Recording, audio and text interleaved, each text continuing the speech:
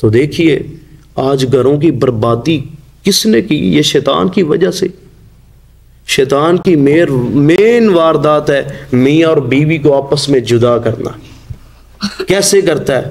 حدیث کے الفاظ ہیں الذی یوسوس فی صدور الناس، بندہ خاوند ہے، اس کو بیوی کے ساتھ بیوی کے خلاف بھڑکانا شروع کر دے گا، بیوی ہے خاوند کے خلاف بھڑکانا شروع کر دے گا۔ گھروں میں ایسی لڑائیاں جھگڑے اس نے پیدا کر دی ہیں۔ اب جس جگہ پر اللہ تعالیٰ کا عرش تھا نا، یہ دنیا میں، یہ زمین پر، اسی جگہ پر شیطان نے اپنی جناب کچہری کھولی ہوئی ہے۔ میں بتا رہا ہوں الذی یوسوس فی صدور الناس، اب اسی جگہ پر شیطان ہے۔ اب ڈیلی بیس پر آ رہے ہیں جی جناب، ہاں بھائی تو کی کیتا ہے؟ جی میں فلاں بندے کو جھوٹ بولو آیا، انہوں نے کہا ٹھیک ہے پر اتنا کوئی کم نہیں تو کیتا چنگا۔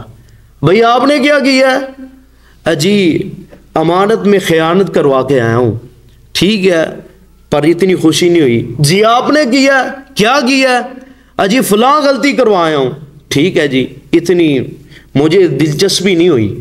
لیکن نبی علیہ الصلوۃ والسلام نے فرمایا ایک بندہ آتا ہے تو کہتا ہے جناب میں آپ کو ایک خوشخبری دوں، جی میں نے دونوں میاں اور بیوی کے درمیان لڑائی کروائی ہے، جھگڑا کروا کے آیا ہوں۔ نبی علیہ الصلوۃ والسلام نے فرمایا اسے پاس بلاتا ہے، سینے لگاتا ہے، حتیٰ کہ اپنی سیٹ پر بٹھاتا ہے اور تھپکی دیتا ہے، کہتا ہے شاباش تو نے یہ اچھا کام کیا۔ یہ ہے الذی یوسوس فی صدور الناس۔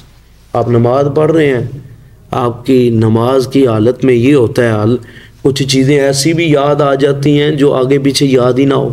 کیوں جی؟ اکثر ہوتا ہے کہ نہیں؟ سچ بتائیے ذرا، ہوتا ہے کہ نہیں؟ ایسی چیزیں بعض اوقات تو ایسا ہوتا ہے جیسے جسم پر نہ کسی نے وزن ڈال دیا ہے، پتہ جسم وزنی ہو گیا، سر وزنی ہو گیا۔